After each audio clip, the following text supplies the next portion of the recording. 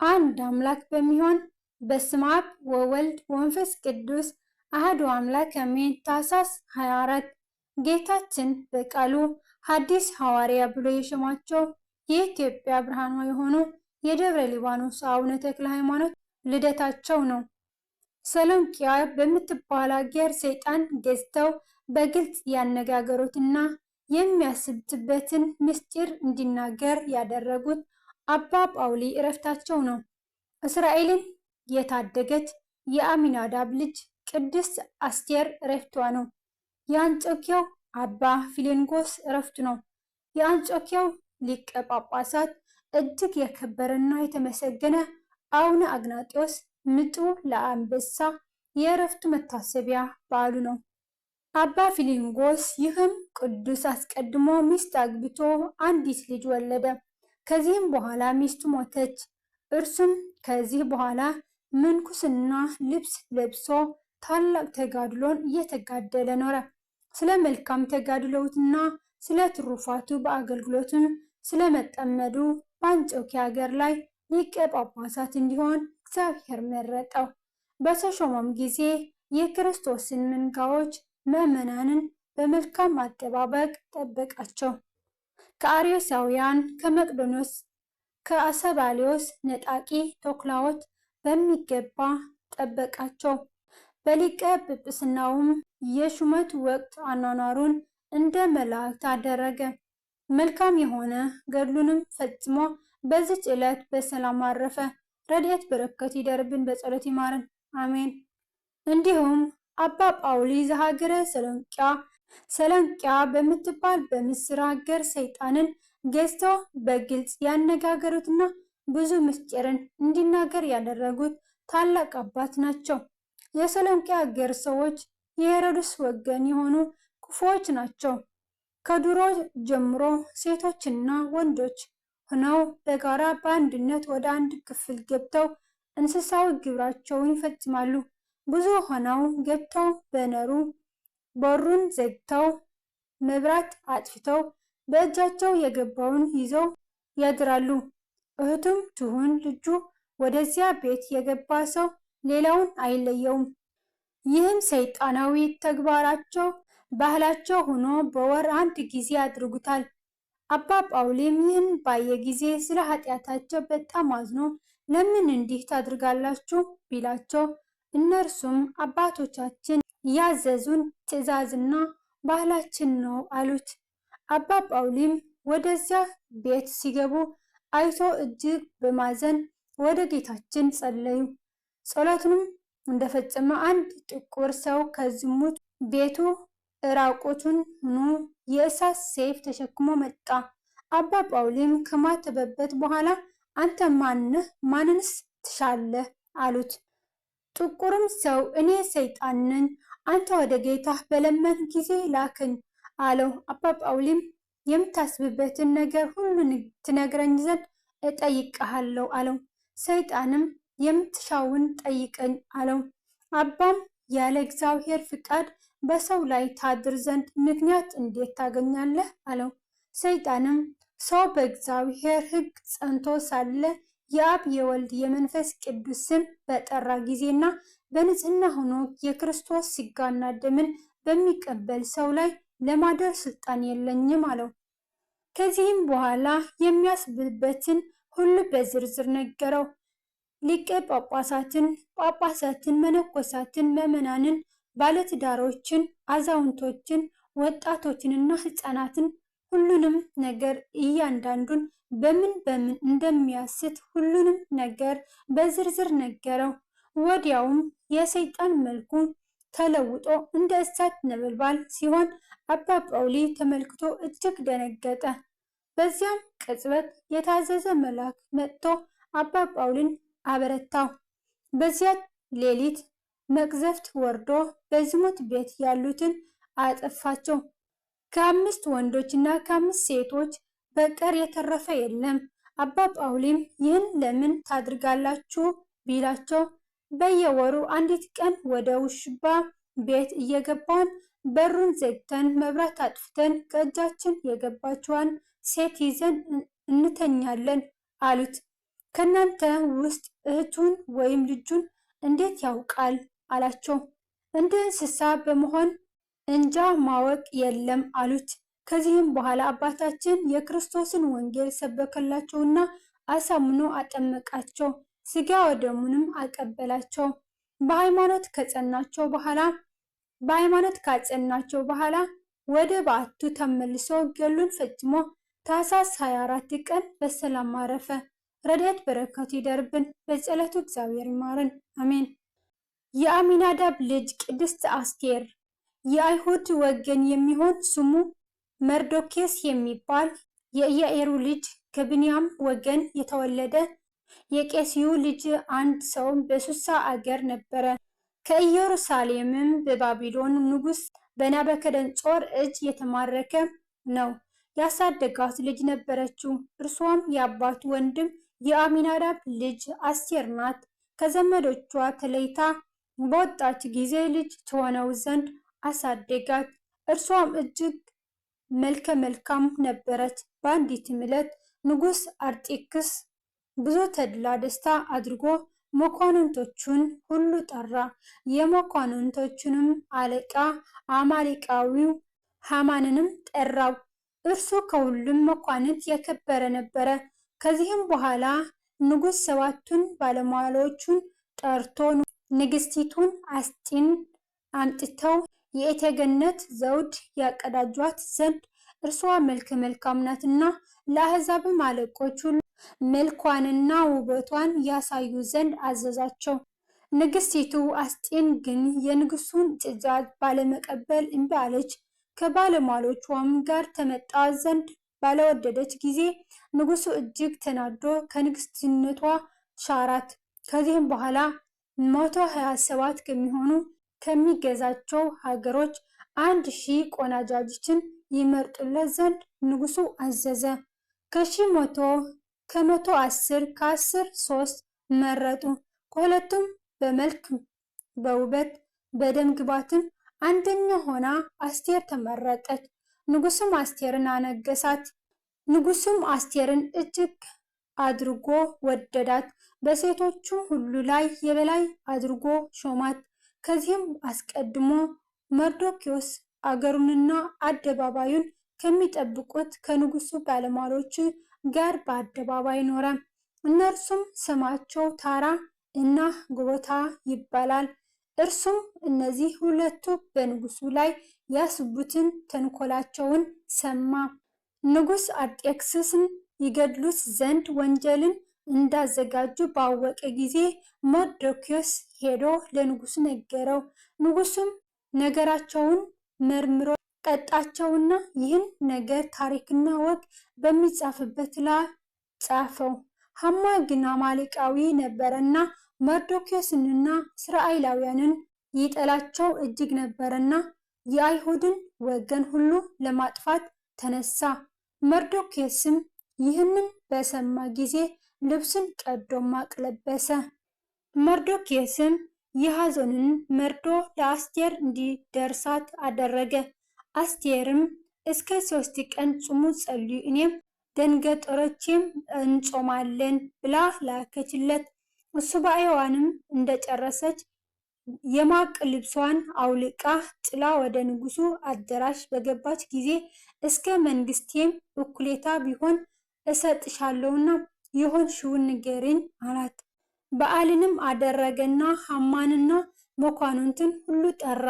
በበዓሉም ላይ ድጋሚ ላድርግልሽ የምትፈቅጂውን ንገሪኝ አላት። ንጉሡ ለመርዶክዮስ ውለታ ያድርግለትን ሲያስብ ምንም እንዳላደረገለት አወቀ። ወዲያውም ሃማ መርዶክዮስን በመስቀል ላይ ሰቅሎ ሊገድለው እንደሆነ ተነገረ። ንጉሡም ሃማን ንጉሥ የወደደውን ሰው ምን ያድርግለት ዘንድ ይገባል አለው።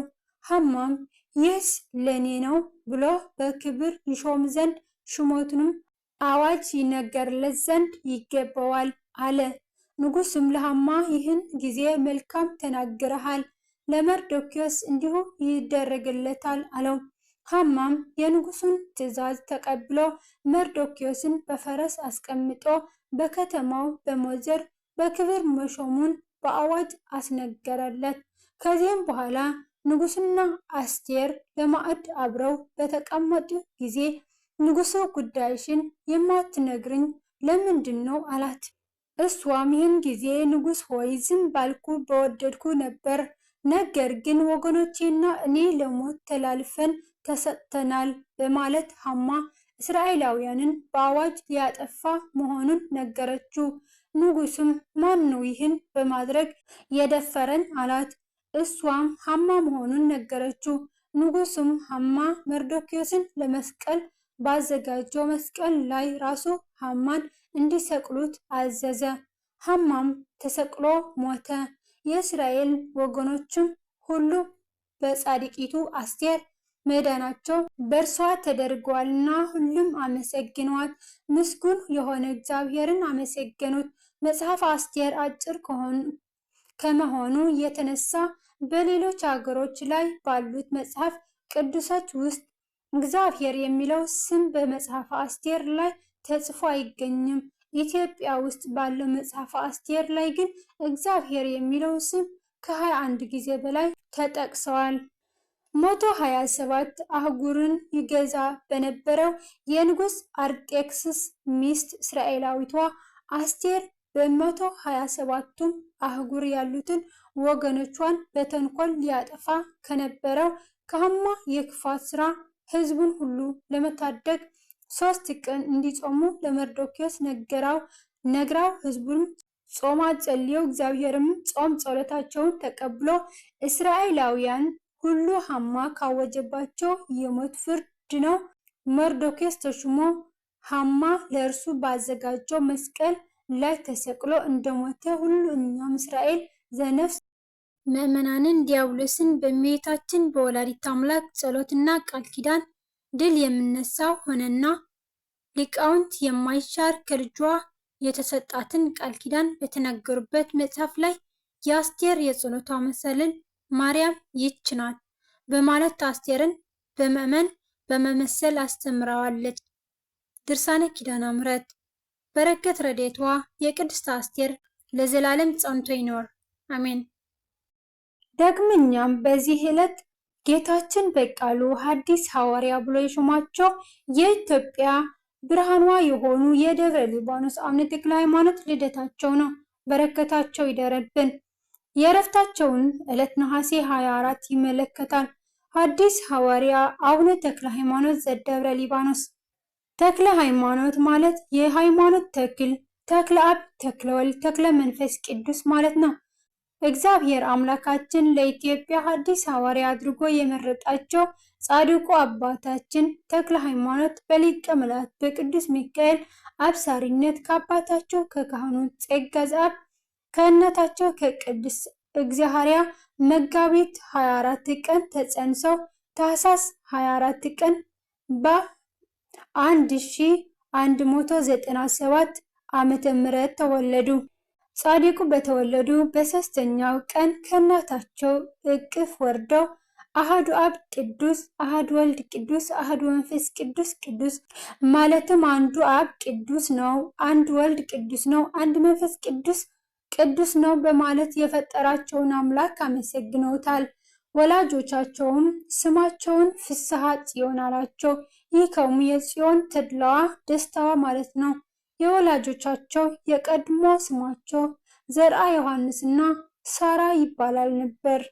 ቅዱሳን አባቶቻችን እነ አቡነ ተክለ ሃይማኖትና እነ አቡነ ዜና ማርቆስ፣ ሌሎቹም እነ አቡነ ሳሙኤል ዘደብረ ወገግ፣ አቡነ ሕፃን ሞዓ፣ አቡነ አኖሪዎስ፣ አቡነ ገላውዲዮስ፣ አቡነ ማትያስ ዘፈጠርጋርና አቡነ ቀውስጦስ ዘመሃግል የትውልዳቸው መሰረት ኢያሱ ሌዋውያን ክፍል ትሆን ዘንድ ከለያት ከኢየሩሳሌም ነው። ስማቸው የጠቀስኳቸው እነዚህ ቅዱሳን አባቶቻችን የወንድማሞች ልጆች ሲሆኑ ከአዳም ጀምሮ 61ኛ ትውልድ ናቸው። ይኸውም እንዴት ነው ቢሉ ትውልዱ ከአዳም ጀምሮ በካህኑ አሮን በኩል የሆነውና የሌዋውያን ሊቀ ካህን የነበረው የሳዶቅ ልጅ አዛሪያስ በንጉሥ ሰሎሞን ዘመን ከታቦተ ጽዮንና ከብዙ ሌዋውያን ካህናት ጋር ሊቀ ካህናት ሆኖ ከኢየሩሳሌም ወደ ኢትዮጵያ መጥቶ አክሱም ተቀምጦ ኖረ። የኦሪትንም ሕግ እየዞረ ለኢትዮጵያ ሰዎች አስተማረ። ትውልዱም በአብርሃ ወአጽብሃ እና በአባ ሰላማ ዘመን እስከነበረው አንበረም የሚባለው ጻድቅ ድረስ ደረሰ። የአንበረምም ትውልድ ደገኛው ሕይወት በነብጽዮን ድረስ ደረሰ። ሕይወት በነብጽዮንም የደማስቆ ምድር ከሚሏት ከወለቃ ሀገር የመኮንን ልጅ የሆነችውን ወለተ ሳውልን አግብቶ አበይድላን ወለደ። አበይድላም በንጉሱ ድልአዥን ዘመነ መንግስት ለ150 ካህናት አለቃ ሆኖ በወለጋ ሀገር የክርስቶስን የወንጌል ሕግ እያስተማረ ብዙዎችን አጠመቀ። እስከ ሸዋ ምድር ድረስ እያስተማረ መጥቶ በሸዋ ምድር ተቀመጠ። ብዙ አብያተ ክርስቲያንም አሳነጸ። እጅግ አስደናቂ ታምራትንም ያድርግ ነበር። በሸዋ ጽላልሽ ተቀምጦ ሲያስተምርም በአንዲት ቀን እስከ 200,000 ሕዝብ ያጥምቅ ነበር በማለት ገድለ አቡነ ተክለ ሃይማኖት ይመሰክርላታል። አብይድላም በመጨረሻ በፍቃደ እግዚአብሔር ከሸዋ ጽላልሽ ምድረ ዘሮሬ ሚስት አግብቶ ሀበነ እግዚእን ወለደ። ሀበነ እግዚእም በኩረ ጽዮንን ወለደ። በኩረ ጽዮንም ህዝበ ቀድስን ወለደ። እርሱም ነገደ እግዚእ የተባለ ነው። ህዝበ ቅዱስም ብርሃነ መስቀልን ወለደ። እርሱም አቃቢነ እግዚእ የተባለ ነው። ብርሃነ መስቀል ሕይወት ብነን ወለደ። እርሱም ሴትን ወለደ። ሴትም ወረደ ምህረት ወለደ። ወረደ ምህረትም ዘካርያስን ወለደ። ዘካርያስም የእነ አቡነ ተክለ ሃይማኖት አባት የሆኑ 6 ወንድማማች ልጆችን ወለደ። እነርሱም እንድርያስ፣ አርክሌድስ፣ ዘርአ አብርሃም፣ ዘርአ ዮሐንስ ወይም ጸጋ ዘአብ፣ ቀሲስ ዮሐንስ እና ቀሲስ ዮናስ ናቸው። እንድርያስም ሳሙኤል ዘወገግን ወለደ። አርክሌድስም ሕፃን ሞዓን ወለደ። ዘርአ አብርሃምም ታላቁን አኖሪዎስ ወለደ። ዘርአ ዮሐንስ ወይም ጸጋ ዘአብም ተክለ ሃይማኖትን ወለደ። ቀሲስ ዮሐንስም ዜና ማርቆስን ወለደ። ቀሲስ ዮናስ ደግሞ የፈጠጋውሩን ማቲያስና ገላውዲዮስን ወለዳቸው። ገላውዲዮስም የመሃግሉ ቀውስጦስን ወለደ። እነዚህ ደጋግ ቅዱሳን በእናታቸውም በኩል እንዲሁ በዝምድና የተሳሰሩ ናቸው። ማቴዎስ የተባለው ደገኛ ክርስቲያን የሸዋ ገዥ የነበረ ሲሆን አንድ ወንድ ልጅ መድኃኒነ እግዚእ እና 3 ሴቶች ልጆችን ወለደ። 3ቱ ሴቶች ልጆችም እምነ ጽዮን፣ ትቤ ጽዮንና ክርስቶስ ዘመዳ ይባላሉ። 3ቱ እህትማሞችም ደጋጎቹን አባቶቻችንን ወለዱልን። እምነ ጽዮን የእነ ዜና ማርቆስ እናት ማርያም ዘመዳና ወለደች። ትቤ ጽዮንም ሕፃን ሞዓ ወለደች። ክርስቶስ ዘመዳ ደግሞ ታላቁን አኖሪዎስ ወለደች። የፈጠጋሩ ገዥ መድኃኒነ እግዚእም ደግሞ የተክለ ሃይማኖት እናት እግዚአብሔር ወይም በሌላ ስሟ ሳራን ወለደ። አቡነ ተክለ ሃይማኖት ከልጃቸውን ጀምሮ በወላጅ አባታቸውን በካህኑ ቅዱስ ጸጋ ዘአብ ግብረ ዲቁናን ስርዓተ ቤተ ክርስቲያንን ሲያጠኑ ቆይተው በ15 እና በ22 ዓመታቸው ከእስክንድርያው ሊቀ ጳጳስ ከአቡነ ቄርሎስ ዲቁናን ቅስናን ተቀብለው ብፁዕ ወቅዱስ አባታችን ቅድስት ቤተ ክርስቲያንን በወጣትነት ዕድሜያቸው ያገለግሉ እንደነበረ በዚህ ይታወቃል። ከዕለታት በአንዱ ቀን አባታችን ከጓደኞቻቸው ጋር ለአንድ ወደ ዱር ሄደው ሳለ ሊቀ መላእክት ቅዱስ ሚካኤል ተገልጦ ታያቸው።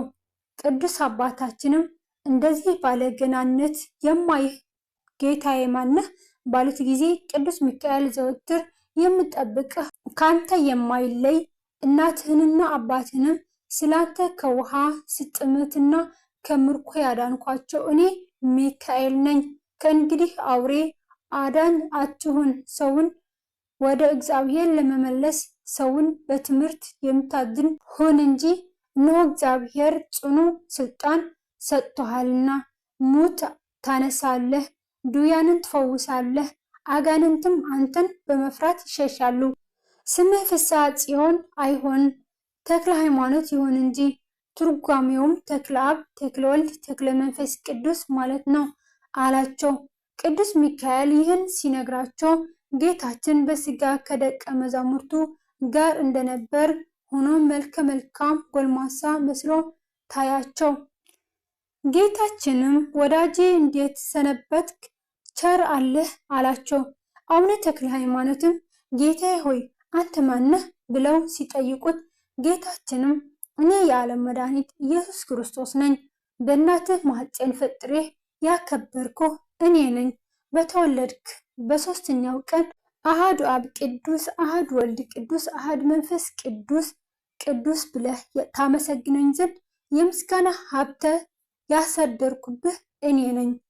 በረሃብ ዘመን በቤት የሚያሻው ምግብ ሁሉ ቅቤው የስንዴውን ዱቄት በእናት በአባትህ ቤት ይመላ ዘንድ በእጅህ ሀብተ በረከት ያሳደርኩብህ እኔ ነኝ። ያንን ሰው አንተን በተጣላ ጊዜ በነፋስ አውታር የሰቀልኩት በመዓት ጨንገር የገረፍኩት እኔ ነኝ። ውሃ ጠምቶህ በለመንከን ጊዜ ከደረቅ መሬት የጣፈጠ ውሃ ያመነጨሁልህ እኔ ነኝ። ከልጅነትህ ጀምሮ እስከ ዛሬ ድረስ ብዙ ታምራት እያደረኩ በአንተ እጅ የታመሙትን ያዳንኳቸው እኔ ነኝ። ወደፊትም አድርግልሃለሁ አላቸው። ይህንም ብሎ በእጆቹ ባረካቸውና ንሳ መንፈስ ቅዱስ ብሎ የሹመትን ሀብት አሳደረባቸው። ዳግመኛ በምድር ያሰርከው በሰማይ የታሰረ ይሁን፣ በምድርም የፈታኸው በሰማይ የተፈታ ይሁን። አንተን የሰማ እኔን መስማት ነው፣ የላከኝ አባቴንም መስማቱ ነው። አንተን እንቢ ያለ እኔን እንቢ ማለቱ ነው፣ የላከኝ አባቴንም እንቢ ማለቱ ነው። ይህን ስልጣን ቀድሞ ለሐዋርያት ሰጥቼቻቸው ጻድቁ አባታችን በሀገራችን ኢትዮጵያ እየተዘዋወሩ ሕዝቡን ከኃጢአት ወደ ገቢረ ጽድቅ ከክህደት ወደ ሃይማኖት ስለመለሱት በዚህም የተነሳ ለኢትዮጵያን ብርሃን ተብለዋል። በዚህም መሰረት ከ1219 እስከ 1222 ዓ.ም በከተታ 3 ዓመት ወንጌል አስተማሩ። ቀጥለውም 9 ወር በዊፋት አገልግሎታቸውን ፈጸሙ። ከ1223 እስከ 1234 ዓ.ም ዳሞት በተባለው ስፍራ ወይም በወላይታ ሀገር ለ12 ዓመታት ህዝቡን በማስተማር ከአምልኮተ ጣዖት ወደ አምልኮተ እግዚአብሔር ከገቢረ ኃጢአት ወደ ገቢረ ጽድቅ መልሰዋል።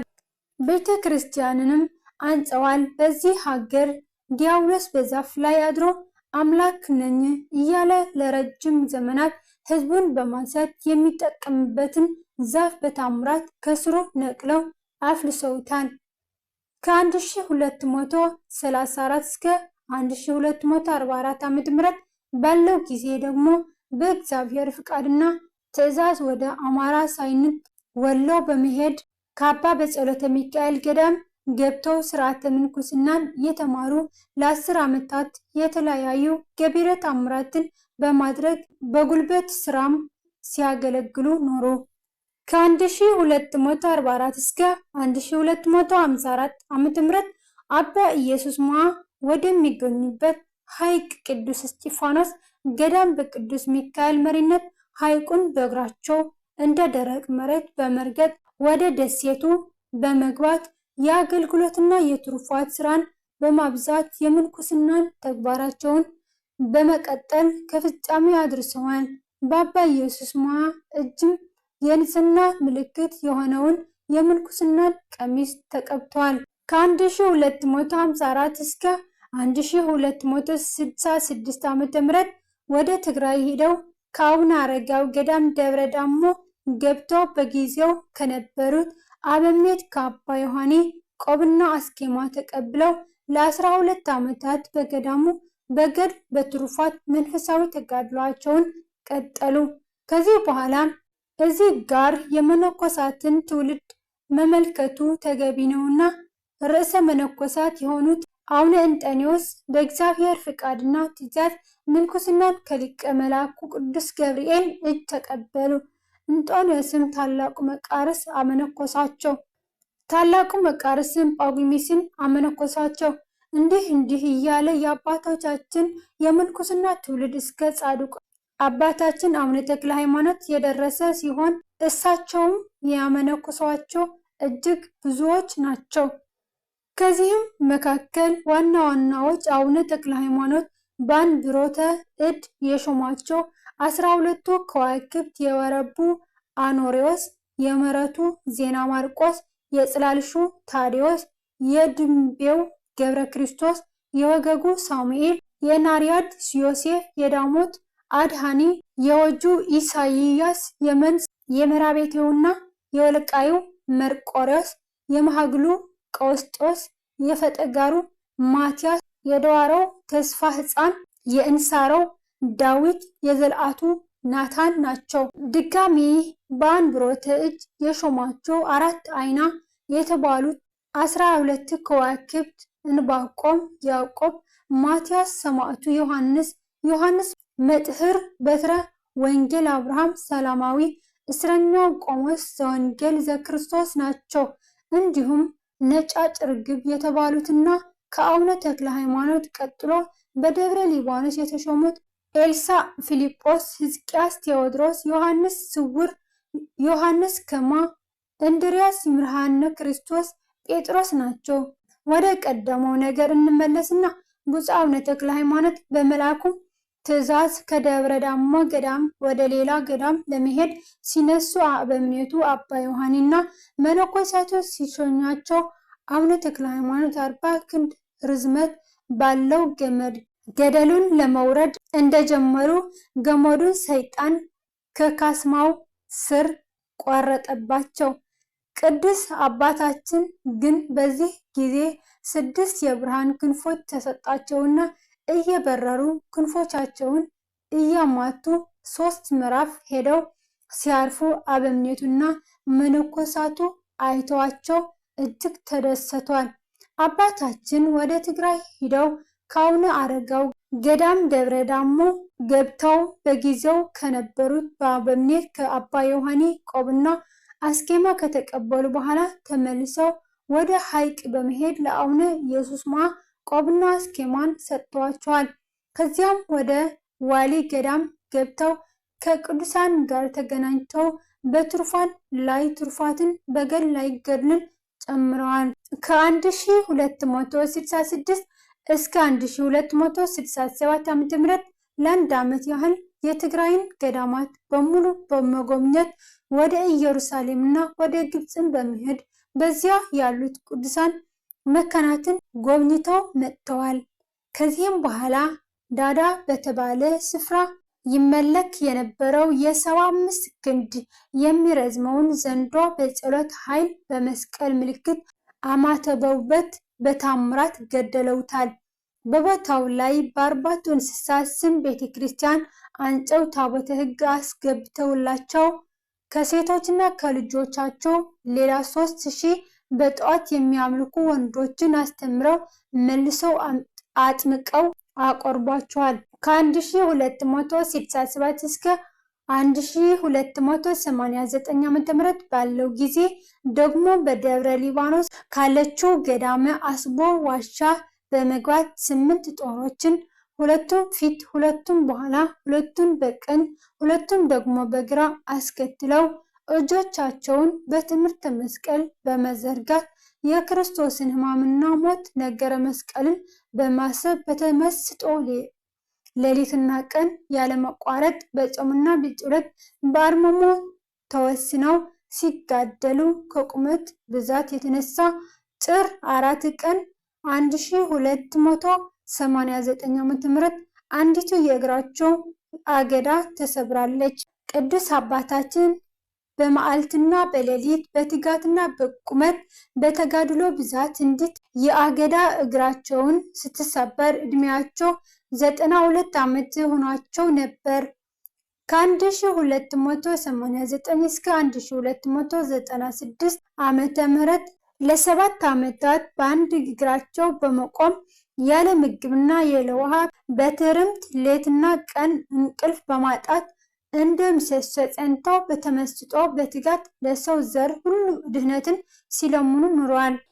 በተመስጦ በትጋት ለሰው ዘር ሁሉ ድህነት ሲለምኑ ከ7 ዓመታት ውስጥ ጥቂት ውሃ የቀመሱት በ4ኛው ዓመት ብቻ ነበር። በዚህ ጊዜ ውስጥ ጌታችን ተገልጦላቸው በሰው አእምሮ ሊታሰብና ሊለካ የማይችል ትልቅና ልዩ የመንግስት አዳራሽ ከሰጣቸው በኋላ የመለኮትን ነገር የሚናገር የእሳት አንደበት ያላቸው የመንግስት ልብስ አለበሳቸው። በመስቀል ምልክት የተጌጡት 7 የሕይወት አክሊላትን አቀዳጃቸዋል። ይኸውም ስለ ቀናች ሃይማኖትን ለማስተማር መላዋን ኢትዮጵያን ስለመዞርህ፣ ከአረማውያን ሕዝብ ጋር በሃይማኖት ስትታገል ደምህን ስለማፍሰስህ፣ ወደ ኢየሩሳሌም ወርደህ ልዩ ልዩ የቅዱሳን ቦታዎችን ስለመሳለምህ፣ በ7 ዓመታት ቁመት ያንዱ አገዳ እግርህን ስለመሰበሩ፣ ስለ ብዙ ጾም፣ ጸሎት፣ ስግደትህ፣ ስለ ልብህ ንጽህናና ቅድስና በማለት የሕይወት አክሊላትን ካቀዳጃቸው በኋላ ዝክራቸውን በማዘከር መታሰቢያቸውን የሚያደርጉ ሁሉ በዚህ ዓለምም ሆነ በወዲያኛው ዓለም ፍጹም ዋጋና ፍጹም ክብር እንደሚሰጣቸው ጌታችን ታላቅ ቃል ኪዳን ገብታላቸዋል። ስጋቸውም ወዴት ይቀበር ዘንድ እንዳላቸው ሲነግራቸው እስከ 57 ዓመት ስጋ ከዚህ ይቀበራል። ከ57 ዓመት በኋላ ግን ይህች ዋሻ ትናዳለች። በዚህም ገዳም አደባባይ በስምህ ታላቅ ቤተ ክርስቲያን ልጆችህ ሰርተው ስጋህን አፍልሰው በውስጡ ያኖራሉ አላቸው። በመጨረሻም አባታችን ለ10 ቀናት ያህል በተሰቦ ሕማም ቆይተው ፈጣሪያቸው የገባላቸውን ቃል ኪዳን ለመነኮሳቱ መንፈሳውያን ልጆቻቸው ከነገሯቸው በኋላ ነሐሴ 24 ቀን በታላቅ ክብር አርፈዋል። አቡነ ተክለ ሃይማኖት ቅድስት ነፍሳቸው ከቅድስት ስጋቸው ተለይታ ከመውጣቷ በፊት ልጆቻቸውን ሁሉ እየባረኩ ሲሰናበቷቸው በመሃል አንዲት ሴት አባታችን በቃልዎ የታሰሩ እንዳሉ ይፍቱ ስትላቸው እሳቸውም ከሰው እስከ እንስሳ ድረስ የታሰሩ የዱር አራዊትም ሁሉ የተፈቱ ይሁኑ አሉ። በዚህም ጊዜ የዱር አራዊትና አዕዋፍ በአባታችን ቃል ግዝት ከታሰሩት ከ18 ዓመት በኋላ ተፈቱ። ይህችውም መነኩሲት ልትራቀቅ ወዳ ለእኛም ለእነርሱም ብዙ ድካም አመጣች። ይህንንም ተናግራ አራዊቱን ከእስራታቸው ስታስፈታ በዚያ የነበሩ ሁሉም ደንግጠው ከፍርሃታቸው የተነሳ ወደ ውጭ ወጡ። አስቀድሞም አራዊቱ በብፁዕ አባታችን የተወገዙበት ምክንያት ደቀ መዛሙርቶቻቸው ለዕለት ምግብ ጥቂት የእርሻ ስራን በመስራት አተር ዘርተው ጎመን ተክለው ሳለ በወቅቱ ደብረ አስቦ ገና ምድረ በዳ ነበረችና እንደ ሽኮኮ፣ ጦጣ፣ ዝንጀሮ፣ ጃርትና ሌሎችም አትክልትን የሚያጠፉ ሁሉ የዘሩትን የተከሉትን እያበላሹ አስቸገሯቸው። ለብፁዕ አባታችንም አትክልታችንን አጠፉብን ቢሏቸው ቅዱስ አባታችን እኛ ወደ ቤታቸው መጣንባቸው እንጂ እነርሱ ወደ እኛ አልመጡብንምና ተዋቸው፣ እንደ እኛም ስጋውያን ደማውያን ናቸውና ተዋቸው፣ አንግፋቸው አላቸው። እየቆዩ ግን አውሬዎቹ እየበረቱባቸው ከልካቸው አለፉ። በአንዲት ቀን ቅዱስ አባታችን ሲመለከቱ አንድ ግመር ዝንጀሮ መጥቶ የመበለቲቱን እጅ ይዞ የያዛችውን ነጥቆ ወሰደባት። በኃይልም ስለደበደባት ጮኸችና መነኮሳቱ ደርሰው አስጠሏት። ቅዱስ አባታችንም ይህንን የዝንጀሮውን ግፍ ከተመለከቱ በኋላ በዚህ ምድረ በዳ ያላችሁ አራዊት ሁላችሁ ቅዱሳን የደከሙበትን ገንዘባቸውን እንዳትዳፈሩ ከወሰኑላችሁ ከልካችሁ አልፋችኋልና እኔ በማገልግለው በእግዚአብሔር ቃል የታሰራችሁ ነው ብለው አወገዟቸው። ከዚህችም ቀን ጀምሮ አዕዋፍና አራዊት የታሰሩ ሆነው እህዮቹ ከጅብ ጋር በዱር ያድሩን ጀመር። አዝመራውንም የሚጠብቅ የለም ነበር። በዕለተ ዕረፍታቸው ግን ያቺ ችኩል መነኩሴት አባታችን በቃሎ የታሰሩት እንዳሉ ይፍቱ ስትላቸው አባታችን ለአራዊቱ ግዝታቸውን አንስተውላቸው እሳቸውም ካረፉ በኋላ በበንጋታው ልጆቻቸው አዝመራውን ቢመለከቱት አራዊቱ የዘሩትን ሁሉ በልተው ጨርሰውት ነበርና ያገኙት አንዳች ነገር አልነበረም። እህዮችና ላሞችም በቀን በጅቦች ተበልተው ተገኙ። ጻድቁ አቡነ ተክለ ሃይማኖት ለደቀ መዛሙርቶቻቸው አስቀድመው ልጆቼ ሆይ ሁሉም የመነኮሰ መንግስተ ሰማይ ይገባል ማለት አይደለም፣ ዓለምን በሚገባ የናቀ ብቻ ይገባል እንጂ መጀመሪያ የእግዚአብሔርን ጽድቁን ብቻ ፈልጉ፣ ጾምና ጸሎትን አዘውትሩ፣ እርስ በራሳችሁ ተዋደዱ፣ ትእዛዛቱንም አጥብቃችሁ ጠብቁ እያሉ ከመከሯቸው በኋላ ስለ ራሳቸውም ሲናገሩ ለዓለም ጨው ለራሴ አልጫ ሆንኩ፣ ለዓለም ብርሃን ለራሴ ጨለማ ሆንኩ። ከእውነተኛው ዳኛ ከጌታዬ ፊት ስቆም ምን እመልሳለሁ እያሉ በፍጹም ትሕትና እና በልዩ መንፈሳዊ ተመስጦ ይጸልዩ ነበርና አሁንም አባታችን የከበረች ቅድስት ነፍሳቸው ከስጋቸው ሳትለይና ይህን ዓለም ከስጋ ከመለየታቸው በፊት የሚከተለውን የሃይማኖት ኑዛዜ አውርሰውልናል። ልጆቼ አታልቅሱ፣ ነገር ግን የሽማግሌውን የአባታችሁን ቃል ስሙ። መጀመሪያ እምነታችሁ በእግዚአብሔር ላይ ይሁን። በዚህ ዓለም እንደተያዙ እንደ ዓለም ሰዎች ስለ ልብስና ስለ ምግብ ሀሳብ አታብዙ። በየጊዜው ሁሉ መጸለይን አታቋርጡ። ለቤተ ክርስቲያን ሌሊትና ቀን አገልግሉ። እግዚአብሔር በሚወደው ገንዘብ ንጽሐ ስጋና ጾምን ውደዱ። ውዳሴ ከንቱንም የሚቀረውንም የዚህን ዓለም ክብር አትውደዱ። እናንተስ የቀደሙትን አባቶች በመከራና በድካም ብዛት ከዓለም የወጡትን በመጋደላቸውም ክፉውን ሐሳብ ድል የነሱትን ምስሏቸው ፍለጋቸውንም ካልተከተላችሁ ልጆቻችሁ አትባሉምና በመከራቸው ካልመሰላችኋቸው በደስታቸው አትመስላቸውም። በድካማቸውም ካልተባበራችሁ ወደ ቤታቸው አትገቡም። የቀደሙትን ቅዱሳን አባቶቻችሁ መስሏችሁ ኃጢአተኛ አባታችሁን እኔን ደግሞ ምሰሉ። ስለ ትርምቱም በመብል በመጠጥ ልባችሁ እንዳይከብድ ስጋ ከመብላትና ጠጅ ከመጠጣት ተጠበቁ። ለመመካትም በዓለማዊ ልብስ አትጊጡ። የመላእክት አስኬማ ከዓለማዊ ስራ ጋር አይሰማማምና። ዓለምም በዓለም ላይ ያለውን ሁሉ አትውደዱ። ዓለሙም ፍቃዱም ኃላፊ ነውና የእግዚአብሔርን ፍቃድ የሚያድርግ ግን ለዘላለም ይኖራል። ልጆቼ ሆይ ትሩፋትን ሁሉ በችኮላ ሰርታችሁ በጎይቱን ሃይማኖታችሁን አስከትሏት። ለነፍሳችሁ እንጂ ለሆዳችሁ አትገዙ። ሁላችሁም ወንድማማች ሁኑ፣ እርስ በርሳችሁም ተፋቀሩ። ከመንፈስ ቅዱስ የሚገኝ ፍቅር ኃጢአትን ያጠፋልና የነፍስና የስጋን ርኩሰትን ያነጻልና። ብትጠብቁ በእውነት ልጆቼ ናችሁ፣ የሕይወትንም ፍሬ የምታፈሩ ትሆናላችሁ። ወደ እግዚአብሔር ፊት በክብር ትደርሳላችሁ። ልጆቼ ሰላም ለእናንተ ይሁን። አባታችን ይህንና ይህን የመሳሰለውን በጎ የነፍስ ስንቅ ለልጆቻቸውን ከመከሯቸው በኋላ ቅድስት ነፍስ ከስጋቸው ተለየች።